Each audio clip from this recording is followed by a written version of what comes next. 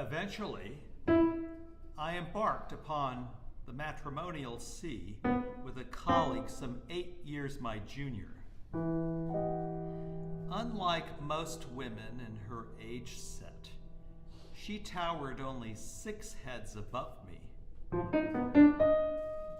Nowadays, such double acts in terms of vertical distance deviations are by no means out of the ordinary.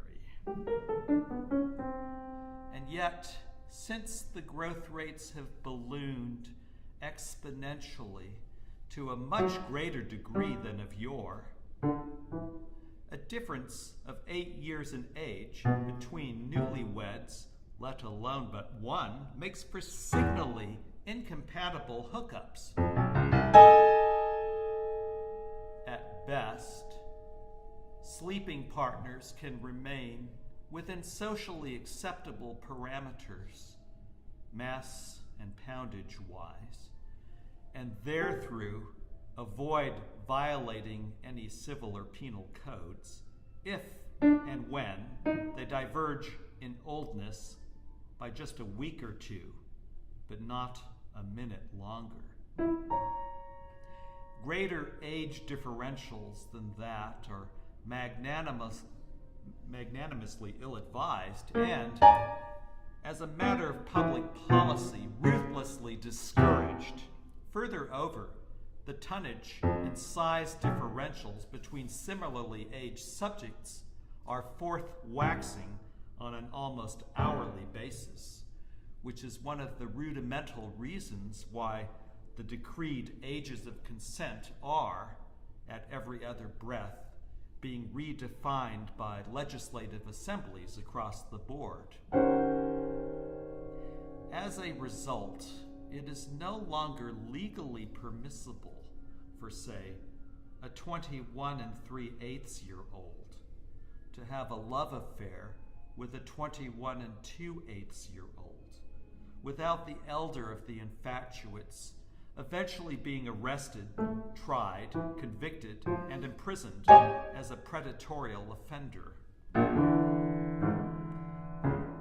Every now and then, these so-called offenders will get their necks cracked or be forced to take the electric cure as a tit for their tats or a tat for their tits, as the case may be.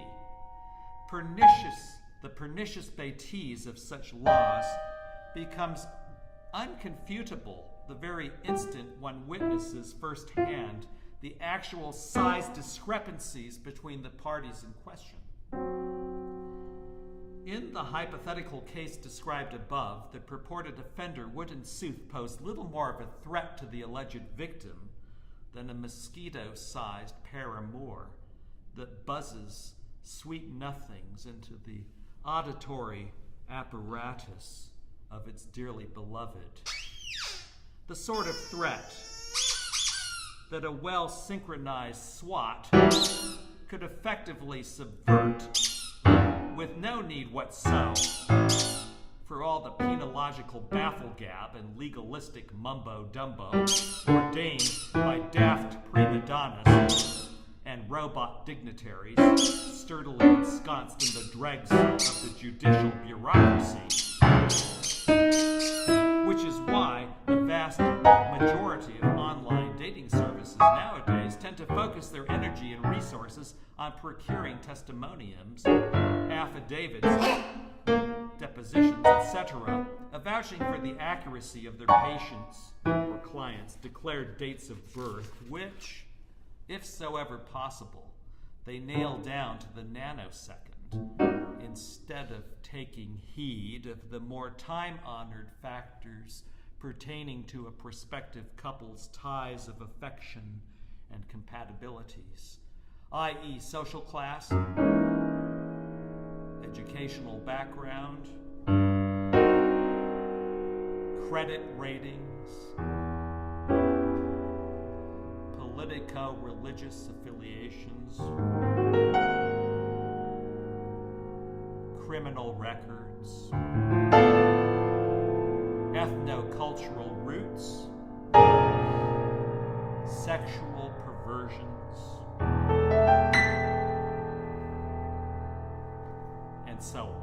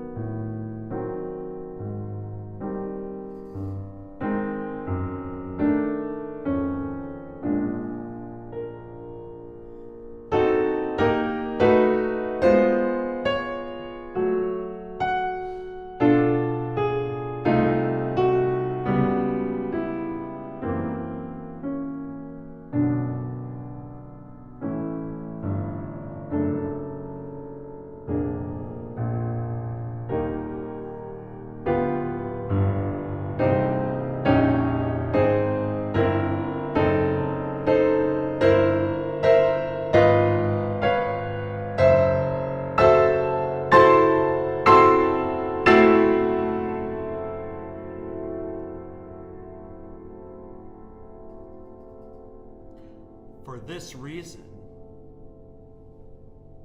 it is by no means out of the common to encounter fantastically incongruous couplings on the order of, say, ingordigious gold diggers who end up ankling up the aisles with out-of-pocket deadbeats, or, say, professional performance artists from the Soho who land up joining the household brigade with devil scolders from the Bible Belt, or say, French social theorists who lecture at the Sorbonne, who wind up going domestic with trailer park trash from J Country, etc. Once a splice is effectuated, parties from both sexes are improvaricably grateful to find partners who match each other's physical size, if nothing else.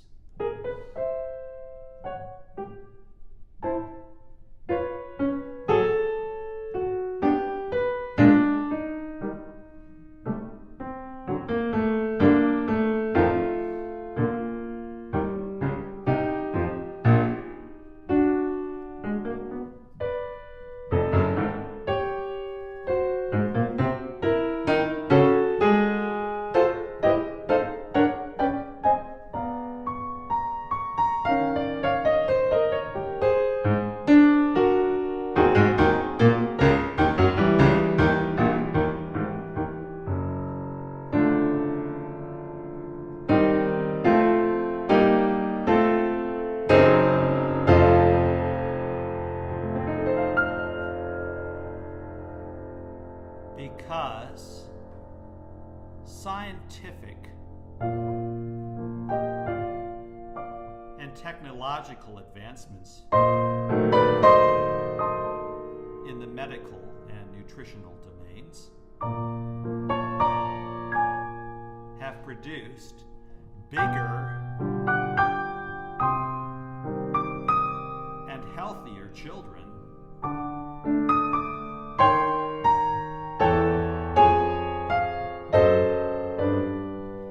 henceforwards referred to as baby loomers, and substantially reduced the infant mortality rate,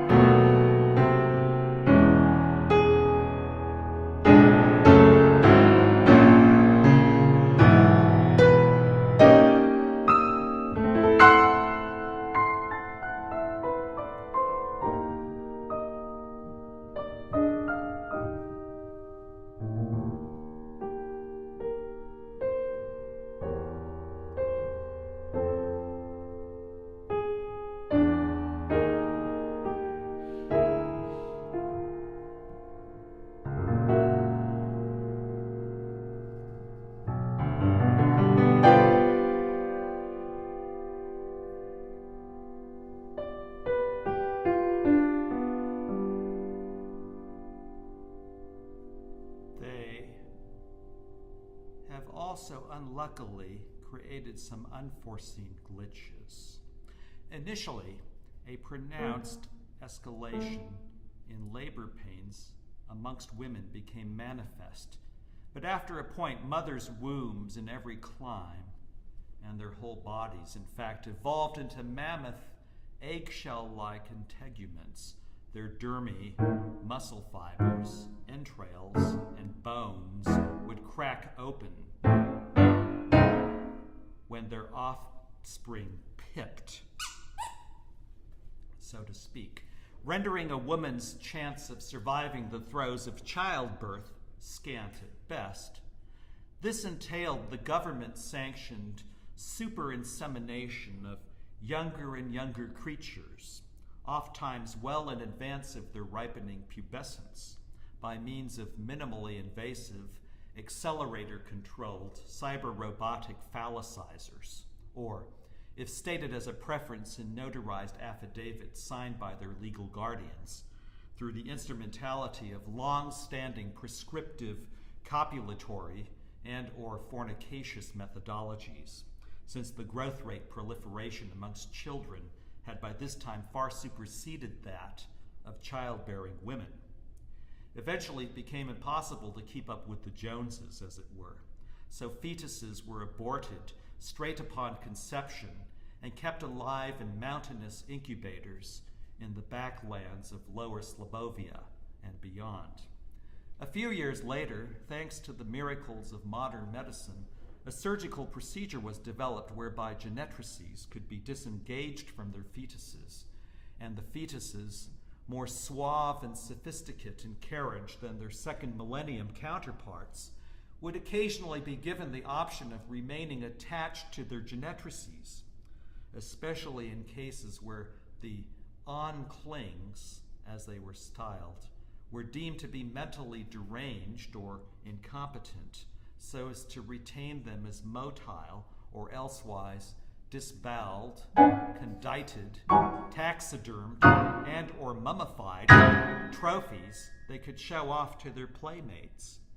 For a time, mother dolls became all the rage amongst teeny boppers and, consequently, objects of the green-eyed monster, a modern form of penis envy, if you will.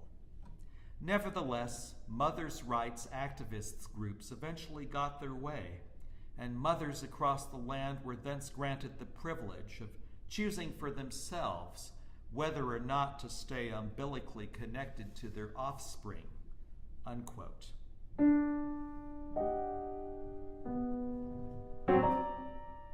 Grandees and gentle dames, permit me once again to extort your forbearance at this untimely interruption. For I dare say, in the best of conscience, that I would be sorely remiss if I neglected to make mention here of the latest research by distinguished scholars from the ex-Dusseldorf school, outpointing that during the late VCR period, many activist groups, such as the United Mothers Front, were militantly organized to tilt at the windmills of 21st century society and its ubiquitous collar and wristband morality to any form of consensus. As ill luck would have it, none of these groups found agendas on which they could come to any form of consensus. So they wound up locking horns with and eventually making mincemeat out of each other.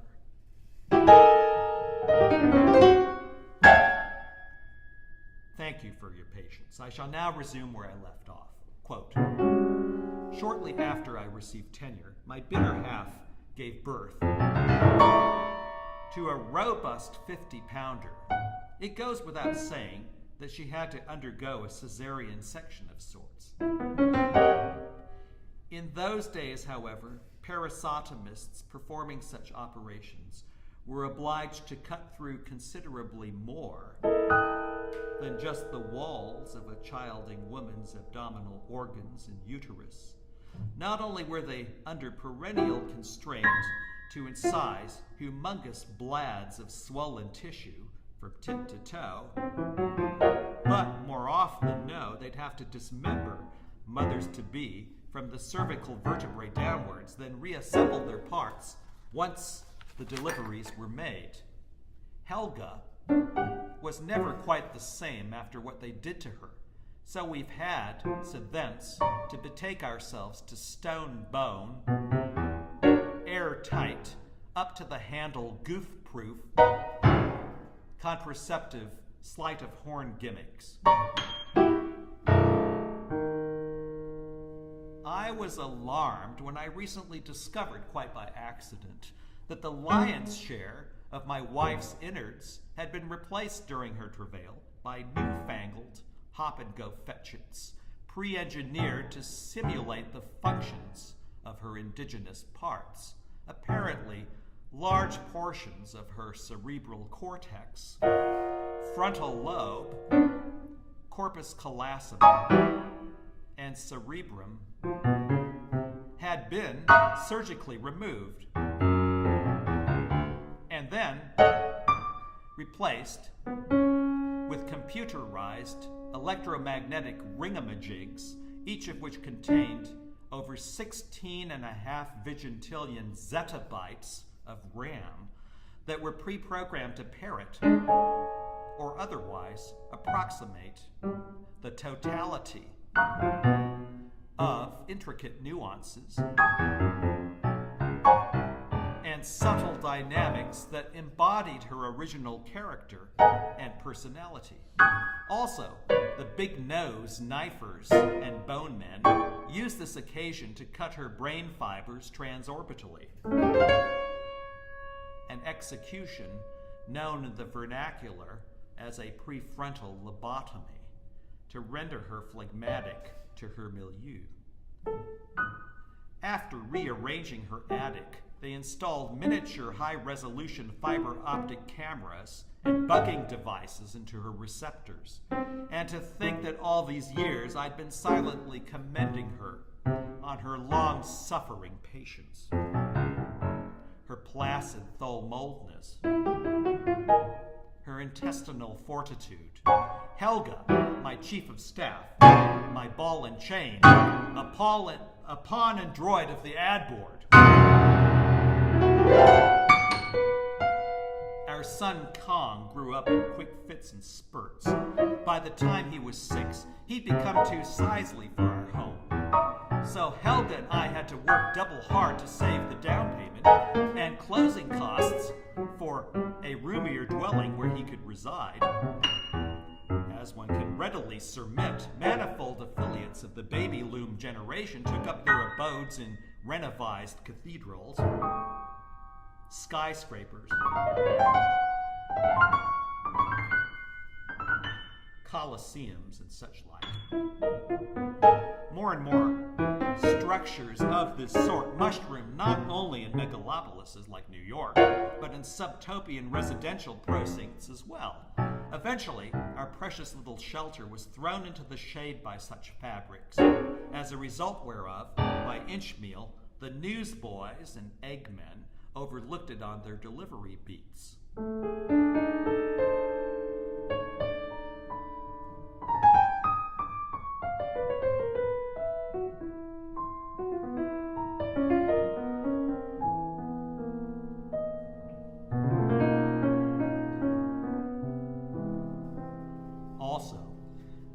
Many of our most valued friends and acquaintances drop by less and less on account of the incredible frustration they feel trying to pinpoint the whereabouts of our crib. For some reason or other, the newest global positioning systems fail to register our seat.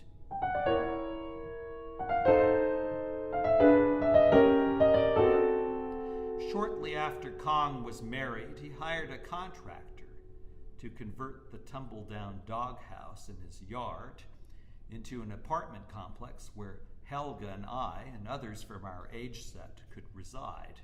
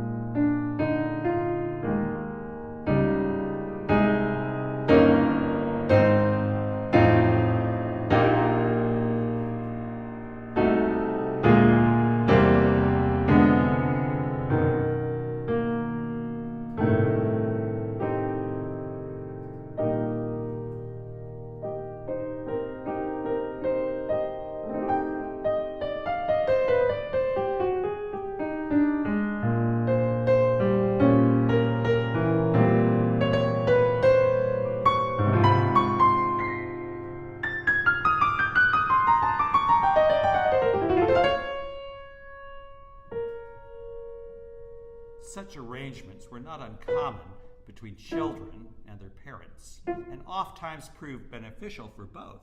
It followed some years thereafter that Kong's daughter Brynhilda, my only grandchild, and son-in-law Tarzanosaurus, eventually convinced Kong and his wife to move into one of the pigeonholes in their columbarium, post-jacent to the plugged-up earth closet looming aslant beside the unsown cornfields abaft the quad, after Helga and I donated some 9/10 of our household effects and movables to the Salivation Army, numbered amongst which were our most treasured Larrys and Penates.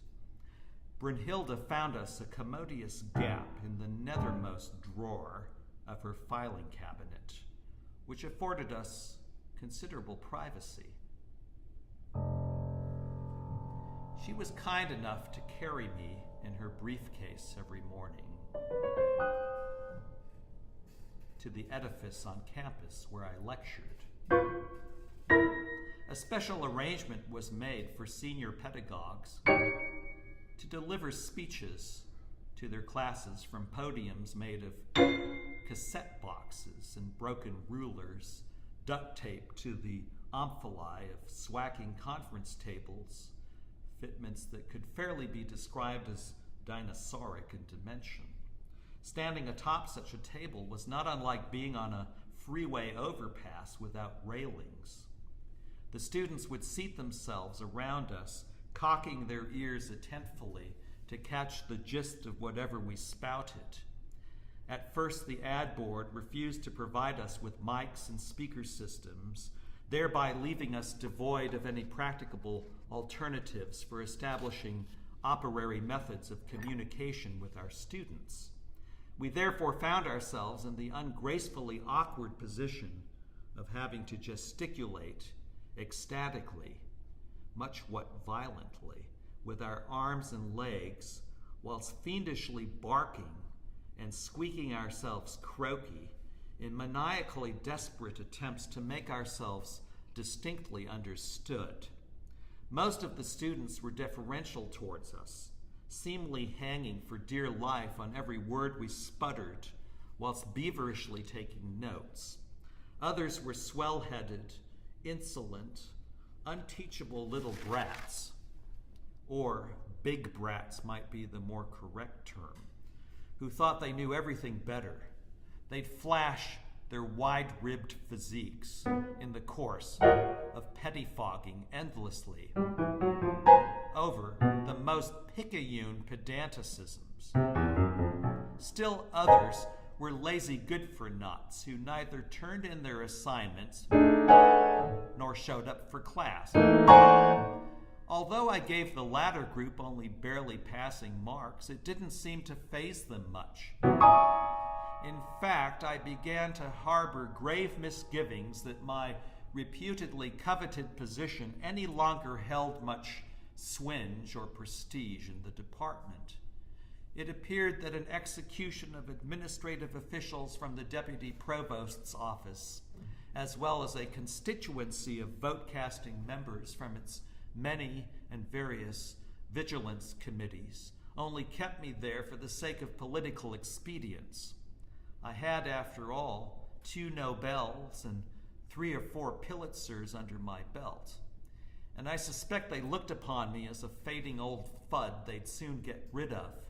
The only thing withholding them from awarding me my walking papers was some fly-by-night legislation passed to protect the rights of little men like myself. The tension and frustration greatened even more as I grew older.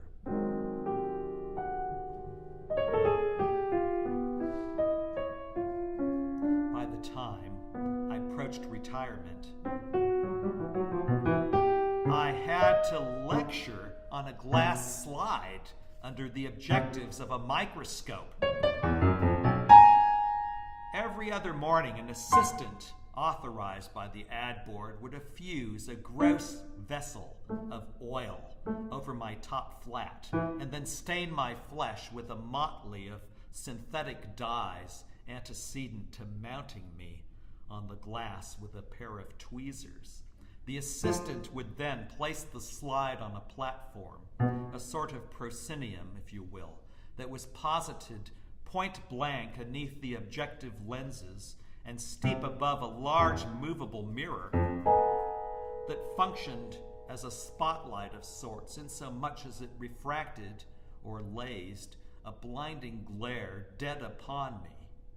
In despite of nominal splurges on the part of the ad board to motivate students to channelize their aggressive impulses into fixating less than half-heartedly upon the sums and substances of lectures delivered by size-challenged academics like myself, I sensed all the same that the attention spans of my own students, even the best and brightest among them, had shortened considerably. But it was difficult from where I was deployed to gauge whether or not they were actually listening to me. All I could espy through the optical tubes and cylinders impending above me were some half-dozen grotesquely distorted vestigial remnants of nictitating membranes. When the students had questions about the material I presented, they would bat their lids through the eyepieces in Morse code. An ad hoc committee from the deputy provost's office beteemed me a swiveling searchlight replete with flappers and company, with which I was in charge to respond to my students' queries in the selfsame cipher. Such modes of interaction between teachers and their protégés, I could not help but remark, proved to be far less expedient than those whereunto I'd become acclimated as an undergrad. Shortly after retiring from my spot at the U, my granddaughter Brunhilde had her firstborn, a bouncingly robustic suckling about the size of the World Trade Center. He was baptized Trogzilla. When Trogzilla finally married and settled down, Brunhilde and Tarzanosaurus were consigned to a chicken coop in the Outgarth, and Kong and his wife to the cash drawer of a tall boy in the guest closet. Because Helga and I were relatively minuscule in frame, to modern eyes and sensibilities all but indistinguishable from a bifold fleck of grunge, it was difficult to find a locale where we wouldn't be blown into oblivion by the cyclone-force thodes, gusts, and blasts. Notwithstanding through the good offices of our son, who in turn relied on his connection to his daughter, we were able to secure comfortable new quarters at the bottom of a classic inkwell-style pepper shaker that was capped and footed in brushed silver-gray metal and had walls of clear glass tastefully embellished from the ground up with an ornamental motif of plum-colored and salmon-pink flamingos. Contained in the nethermost compartment of this utensil was a provisionally deactivated, case-hardened steel pepper-grinding mechanism that initially gave us pause, but as yet proved to be comparatively harmless. Our spanking new accommodations were within spitting reach of a way bigger than barn-sized microwave oven. Fortunate for us, the caster in which we were housed was scarcely ever used, let alone replenished, on account of Trogzilla and his family taking their meals out most of the time. On the few ceremonial occasions they chose to stay home for dinner,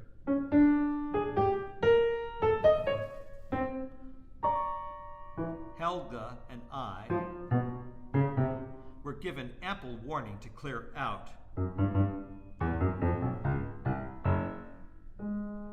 Happily, Neither of us suffered from allergic disorders of any kind, so the pervasive, nose-tickling tang that diffused from the cayenne and peppercorns, what with our incessant sneezing fits, prevented our sinuses from overclogging.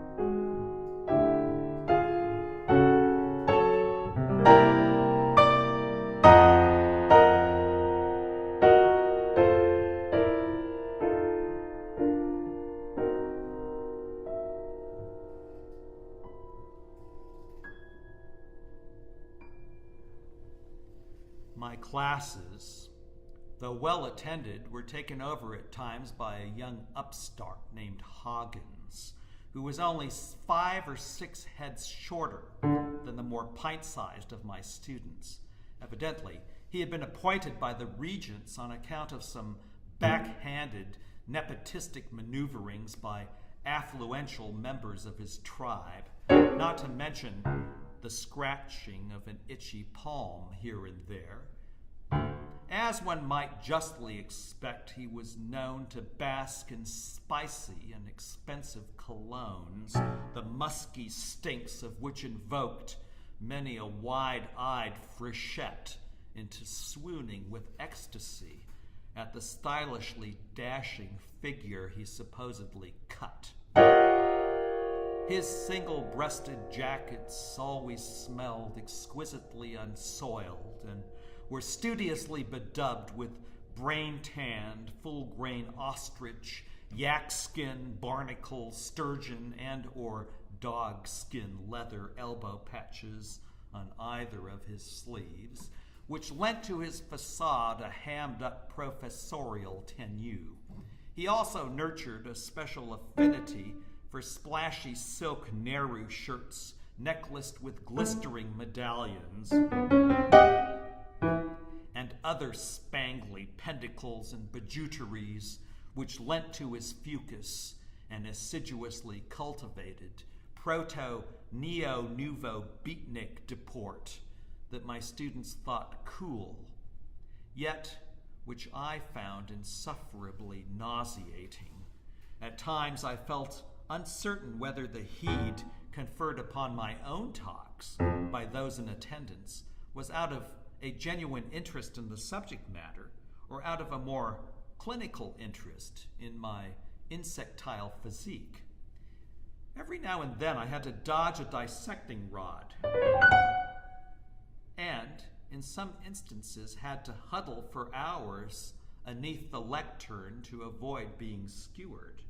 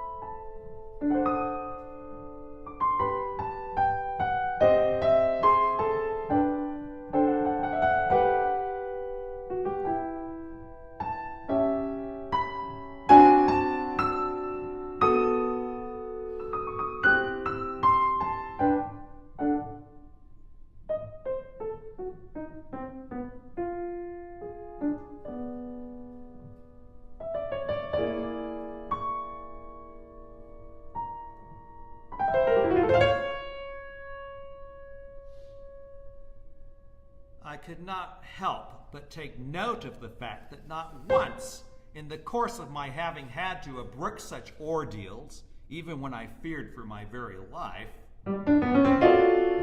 did Hagen so much as break a sweat, much less lift a finger in my behalf.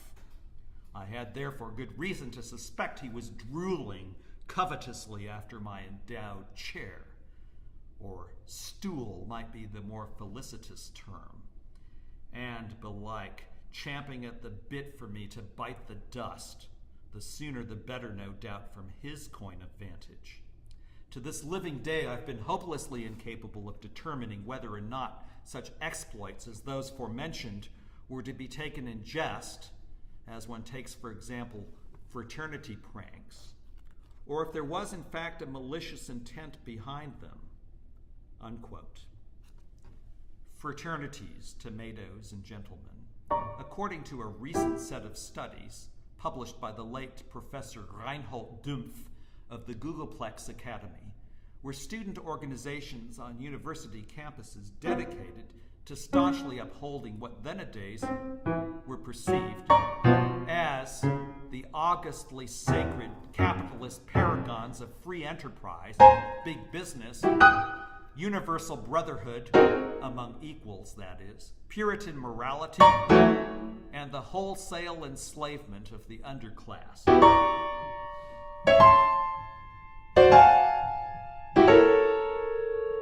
Having sufficiently traversed the territory of that wary topic, let us now continue with the one at hand, to wit, the melancholy mindings of our precious little hero. In any case, quote, "in any case, ghastly rumors were afloat that some of my senior colleagues had been stapled to death, lacinated with paper clips, throttled with rubber bands, or pulpified into amorphous smudges inside textbooks. Ominous reports circulated about students who deliberately tortured and even killed their professors by burying them alive under mountainous globs of pre-masticated bubble gum, or by drawing and quartering them after tying their appendicles to the tarsi of elephantic insects, each of which would have had its own uniquely specific agenda of an improvaricably insurrectionary virgincy. Moths of various breeds, such as the Atlas and the Death's Head, were especially popular on account of their spasmodic volitations. Lamentably, the ad board has done next to nil to make restitution for, or in other ways to rectify, such niggling annoyances.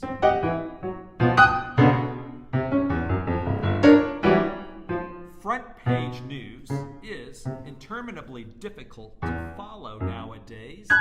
Occasionally, Trogzilla will flick on the high-definition TV in his kitchenette, not far from our pepper grain in the shaker.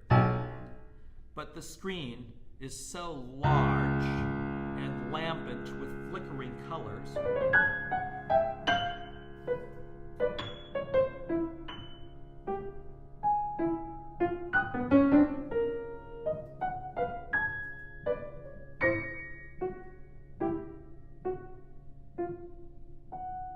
it's nigh-what impossible to diagnose any of the images upon it.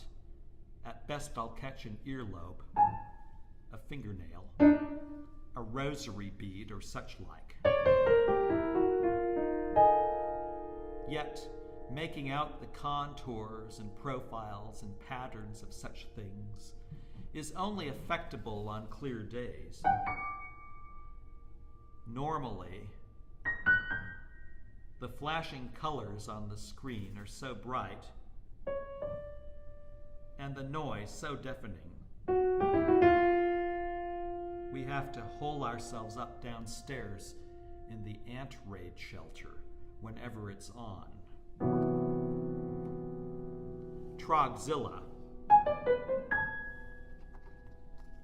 Professing a childlike faith in our existence, though never actually having laid his eyes upon us, was kind enough through his mother's impetrations to place the front sheets of the newspaper flat upon the kitchen floor every morning so that Helga and I could peruse them.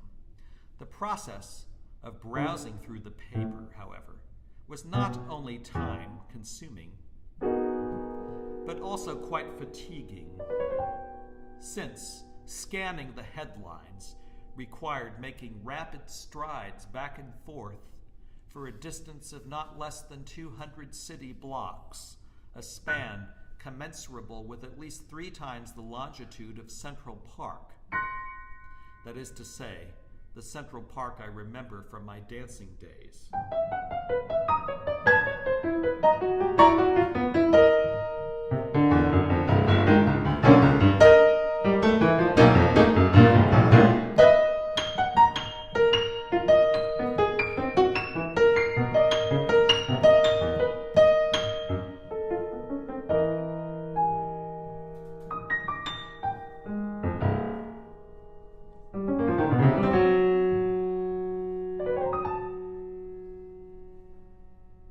Unquote. Permit me to interject here, fannies and muscle men, that Central Park, forth the luminously penible scholarship of Professor Pelvin B. Platypus of Snood College, was a fortified sanctuary for righteous and upstanding citizens of ancient New York on the Hud, where one could seek refuge from the cannibals that were known to manstick for game in the enveloping precincts. That said, let's go on. Quote, to further encumber matters, one had to possess exceptionally sharp retention skills to recall the uppermost section of a paragraph so as to ally its meaning with the bottommost portion. Sometimes I would forget the first clause of a compound sentence while reading the second one, or I would become so deeply involved with the parenthetical elements, overlapping and otherwise, that I'd forget the original predicates and subjects of the sentences they were explicating upon, amplifying, or digressing from. The things I dreaded most were antithetical and complementary elements, elliptical constructions, and non-restrictive dependent clauses, and my heart would sink at the sight of dashes, semicolons, or, heaven forbid, double brackets. If one lost the gist of the article one was reading, it became necessary to backtrack a mile or two to review it. This was more ungainly than one might expect, for while one had to concentrate on distinguishing the contours of the letters, one also puffed and panted from racing like the wind the whole time.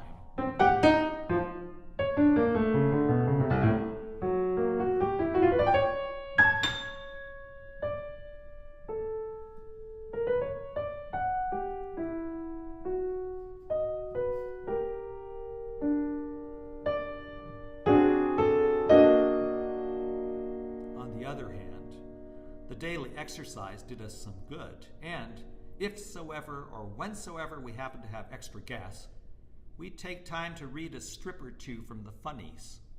Quite natch. The Adventures of Tiny Tim Thumbie and His 4 Little Fingerlings was one of our all-time faves.